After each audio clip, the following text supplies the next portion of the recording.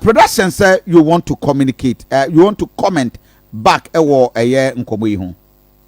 Well, Adriana ba me da say so production dey kind for me. Yeah. So you need be akasa. Now another person may comment onto the statement. But unfortunately, no me privy to that statement. Okay. No me privy to a statement that would be an issue. No me the content of the statement. Oh, okay. No me sorry precope and me comment on a statement that mean the content of it. Yeah. And me on a production firm here, because I say me privy to the document. Me privy to the content of the document. It means speaking to it.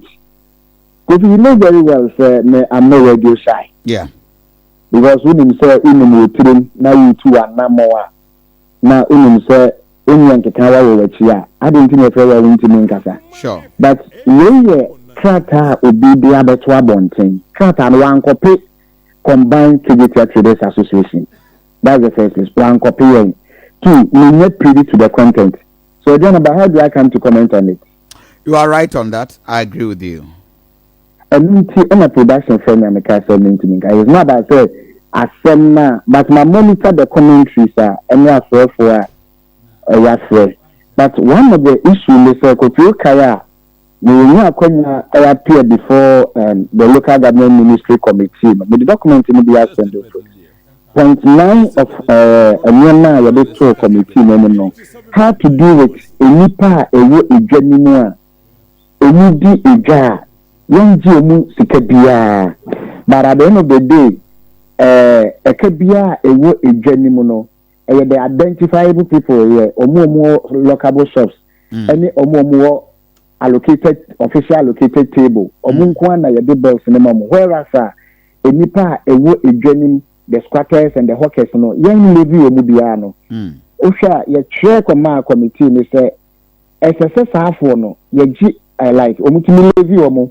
Omu levy omodia enye somo pam omu free egenim ya kai say last year late last year ya my management no AUB ye nuanu mu egadifo na bi extra ka say efa na egenimu ayedi enti ebra ye kweshia committee no no bu Abraham aka kire say as it stands now omu ntimi authorize the management say omu levy market no because the earlier omude passe Kejetia no edwa no omude koji no na yin nyina no na emma kwan se ubetimi agi daily toast e wodwanim eti se bibia betimi asankan a sort of ye nyema na ye de koto committee nanim no just the local government ministry no taking up this is the local government ministry no taking up na omo afa dia parliament akosiki approval from parliament afraid ye ombetimi a levy like ombetimi at the daily toast ewo egenim enti a major concern and so at the mayor and say adenti na nipa dodo nyina edija ewo egenim na obi betimi aye nwira obi betimi use all the utilities ewo egenim free na ye de be kwa ko levy obi enti we the position of combined ye de koto empanifo anim. So mebo you allowed one mama kwan say hawkers emna medi dwa wo dwanim. No, but from the word go day one you were a dwanim.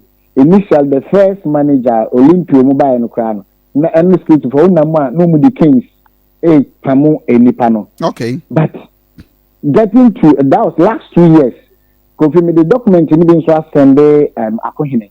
Yeah. Omo pilot, the petition management, you know. Omo pilot project. Say, omo say like omo say a to market na revenue the buy.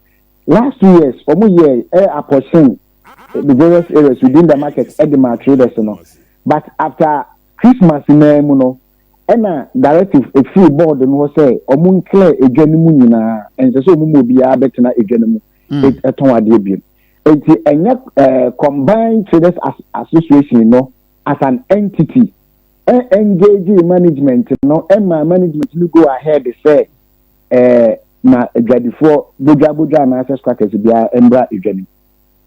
That's the position of combined because there are several engagement any management in our union say untimi entoli and untimi enlevi omo na entimi defray the cost odima traders na like local shop owners na table for na any pamomu free again. That is always and I could back ya that be outdoor program please the gate hono yeah wa could me one year that program say a man be brave so ebegina platform so ka say no yema kwan ma a man me region na omunji omu tools kaka mpacho so beka ya me kai pa aha etu say obeka ya yemi ayofa na na mo aman so ka say no, they are not going to allow it today or tomorrow. Yes. It is a very tricky and dicey situation now.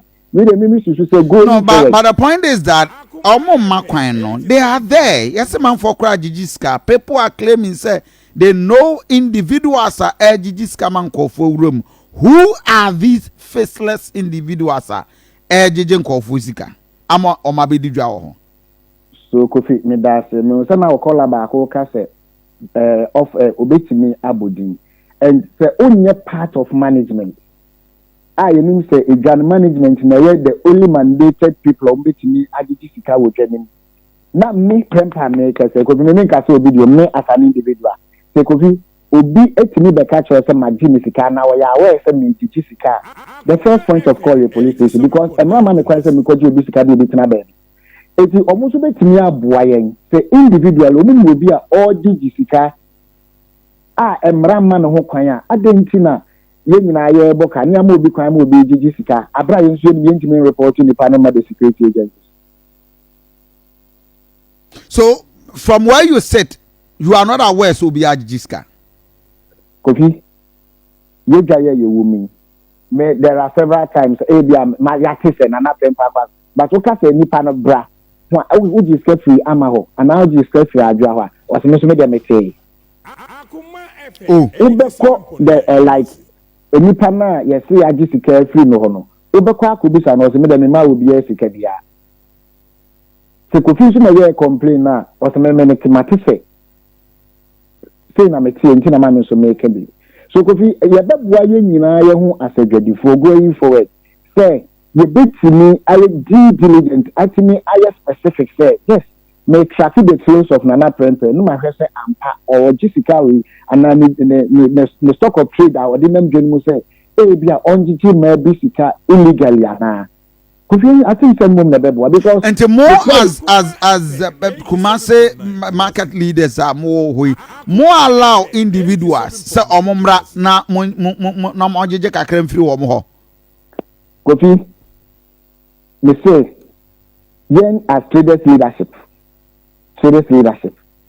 mean to me, on say akoye nipa dodo, but as an entity and as a collective decision of the association there, you can say ma obi kwan ajiji sika. As an entity combined Kejetia Traders associations and various associations there, but you can say ma obi kwan akojiji sika. Two, the only people are mandated say omubetimi ajiji sika the management. Aside that, so obi aware say obi na nkwanfo for so ajiji sika bi mra man ho kwan a how reporting the security agencies. Now all these were bibi biani a wankasa utu anamon na mo deal with na mo hwese ye betimi ahwe how our friend is saying mobile preventing as we speak sa nipa abaji dwanimu afa a wo mo ebuso no. Are you not concerned? You are very much concerned. Kofi make me my document upon documenter. Yeah, at a point in time my management in a deadline if you go to me name maji obisika na give them sika so bank na ha how dare me say me koya masako instruct management and say pamusa ni we say efri ho abra minim sa maji ni paniska enti ni pan betumi aba abon tia bebe mi din so na na pesa wona wadi sika wa na wasa akoshe management ti say omompa mo yen the position of combined Kejetia Traders Association eyemienu either say enipa na omutimu sesia no ebe tole omo and now be pamo me free journey. That is the position of combined Kejetia Traders Association. Minutes I do say kwakwa do say onuni yene Nana Prempe kasa also they are not collaborating with anybody say omo man ko fo bedwam and omo position nyina say Omukra ne authorities e di nkomo asisi a omo ntimi nya no yie bi amfiri